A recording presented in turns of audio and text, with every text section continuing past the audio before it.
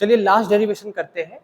Electric field निकालना है एक प्लेन शीट बताया ना कि जिसका लेंथ और ब्रेथ तो होगा लेकिन उसका थिकनेस नहीं होगा। जैसे पेपर आप ले लो, उसको प्लेन शीट कहते हैं। उस पेपर पे, प्लेन शीट पे बहुत सारे चार्जेस स्प्रेड है, बहुत सारे, और हम चाहते हैं कि उसके कारण कितना इलेक्ट्रिक फील्ड बनेगा वो निकालें। तो गॉस थ्योरम की हेल्प से हमको निकालना। तो चलो देखते हैं। सबसे पहले क्या लेंगे, एक पेपर ले लेंगे। इसको इस तरह से बनाया गया है क्योंकि ये काफी लंबा है, काफी बड़ा है, इसको इनफाइनाइटली का शेप दिया गया है। इसका मतलब होता है ये ऊपर भी जा सकता है, नीचे भी जा सकता है, और इसमें एक शीट पे बहुत सारे चार्जेस है, क्यू चार्जेस पे स्प्रेड है, ठीक है ना। अब इसके कारण इलेक्ट्रिक फील्ड हमको निकालना है अलग अलग रीजन पे। इस साइड निकालना है, टोटल निकालना है, इलेक्ट्रिक फील्ड निकालना है। तो हम क्या करेंगे, इसके आर डिस्टेंस पे हम एक सिलेंडर बना देंगे। जैसे एक शीट है, उस पे इस साइड और इस साइड करके एक गोल सा सिलेंडर बना देंगे। इसका नाम देते हैं गॉसियन सिलेंडर।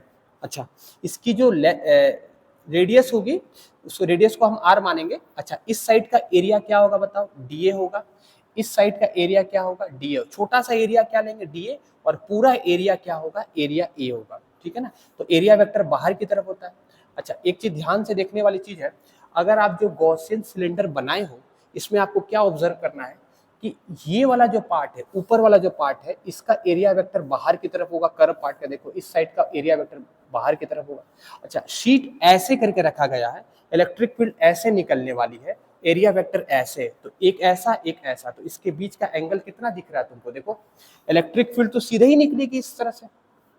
अरे इस साइड ऐसे करके शीट है, उस पर इलेक्ट्रिक फील्ड बाहर निकलेगी, और ऐसे करके एरिया, उस पर एरिया वेक्टर इधर निकलेगा। तो इलेक्ट्रिक फील्ड इस साइड, एरिया वेक्टर इस साइड, तो इसके बीच का एंगल कितना हो गया, 90 डिग्री।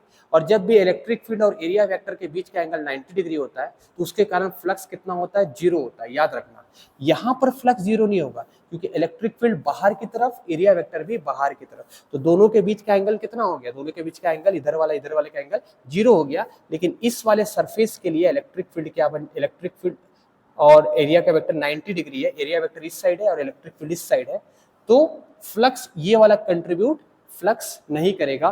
जो भी फ्लक्स कंट्रीब्यूट करने वाला वो ये रीजन करेगा और ये रीजन करेगा। देखो यहाँ पर बना दिया गया, ठीक है। अब किस तरह से फ्लक्स निकालेंगे, वही गॉस थ्योरम का यूज करेंगे। गॉस थ्योरम क्या था, flux is equal to cyclic integral of E dot D is equal to Q upon epsilon naught, यही था।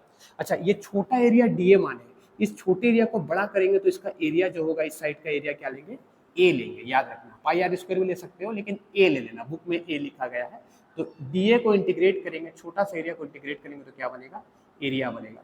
इलेक्ट्रिक फील्ड बाहर की तरफ, एरिया वेक्टर भी हमेशा याद रखना, एरिया वेक्टर प्लेन के क्या होता है, क्लोज सरफेस का एरिया वेक्टर हमेशा क्या होता है, बाहर की तरफ होता है, ठीक है।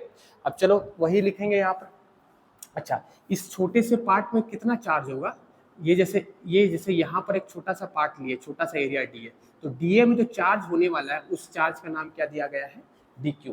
पूरा चार्ज क्यू है, लेकिन इस छोटे से एरिया में, डी ए एरिया में कितना चार्ज होगा, मतलब इस पूरे एरिया में, ये वाले एरिया में चार्ज क्या माना गया है, डी क्यू चार्ज माना गया है। तो देखो D A cos 0 degree, D A cos 0 degree upon Q by epsilon not. क्योंकि ध्यान से सुनना मेरी बात को, इधर सुनो, ध्यान से सुनो। देखो पूरा चार्ज तो क्यू है, पर हम गॉसियन सरफेस किधर, गॉसियन सिलेंडर हम किसके, कौन से सरफेस के लिए बनाए, ये छोटे से सरफेस के लिए बनाए। तो इस छोटे से सरफेस में चार्ज कितना है, यहाँ से यहाँ तक का चार्ज कितना माना गया, डी क्यू माना गया। इसलिए यहाँ पर क्यू नहीं लिखे, क्यू तो पूरा चार्ज है। आप ये चार्ज लोगे, यहाँ पर चार्ज कितना है, डी क्यू है, तो डी क्यू बाई क्या लिखोगे, एप्सिलॉन नॉट। अच्छा, इधर का इलेक्ट्रिक फील्ड, इधर का इलेक्ट्रिक फील्ड। अच्छा, इधर का इलेक्ट्रिक फील्ड जो बनेगा, E into D A cos 0, इधर का E into D A cos 0।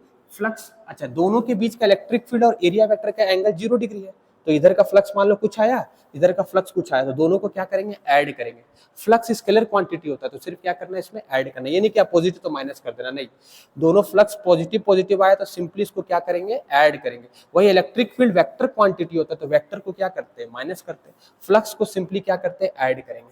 तो यहाँ का फ्लक्स जो होगा वो होगा ई डी ए कॉस 0, और यहाँ का जो फ्लक्स होगा वो क्या होगा, E electric field E D A cos 0, क्योंकि इलेक्ट्रिक फील्ड और एरिया वेक्टर के बीच का एंगल कितना है, 0 डिग्री। और इसके अंदर का चार्ज जो है, गॉसियन सरफेस का चार्ज क्या लेंगे, D Q upon epsilon not लेंगे।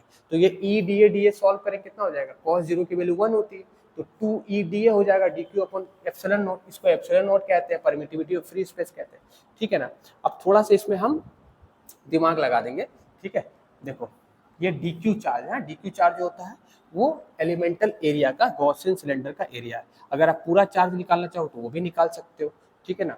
तो ये हमारा हो गया electric field due to sheet of charge. Sheet मतलब शीट पे चार्जेस पूरा क्या है, स्प्रेड है। लेकिन आपने जो गॉसियन सिलेंडर बनाया है वो उस गॉसियन सिलेंडर के रीजन में इतना सा ही पार्ट आया है, और इतने से पार्ट में जो चार्ज है वो क्या है चार्ज बताओ, DQ है। एक बात याद रखना, जब शीट में चार्ज रहती है, ध्यान से सुनो, जब शीट में चार्ज रहती है तो हम एक टर्म यूज करते हैं जिसका नाम क्या है, सिग्मा। सिग्मा को कहते हैं सरफेस चार्ज डेंसिटी। ध्यान से सुनो, सिग्मा को क्या कहते हैं, सरफेस चार्ज डेंसिटी। इस सरफेस चार्ज डेंसिटी का फॉर्मूला क्या होता है, चार्ज अपॉन एरिया।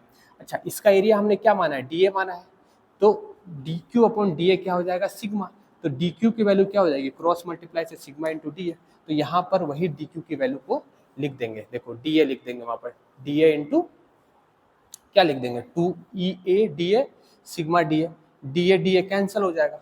तो इलेक्ट्रिक फील्ड का फॉर्मूला क्या आया, sigma by 2 epsilon naught. Sigma by 2 epsilon naught, ये किसके कारण आया है, ये आया है electric field due to sheet of charge.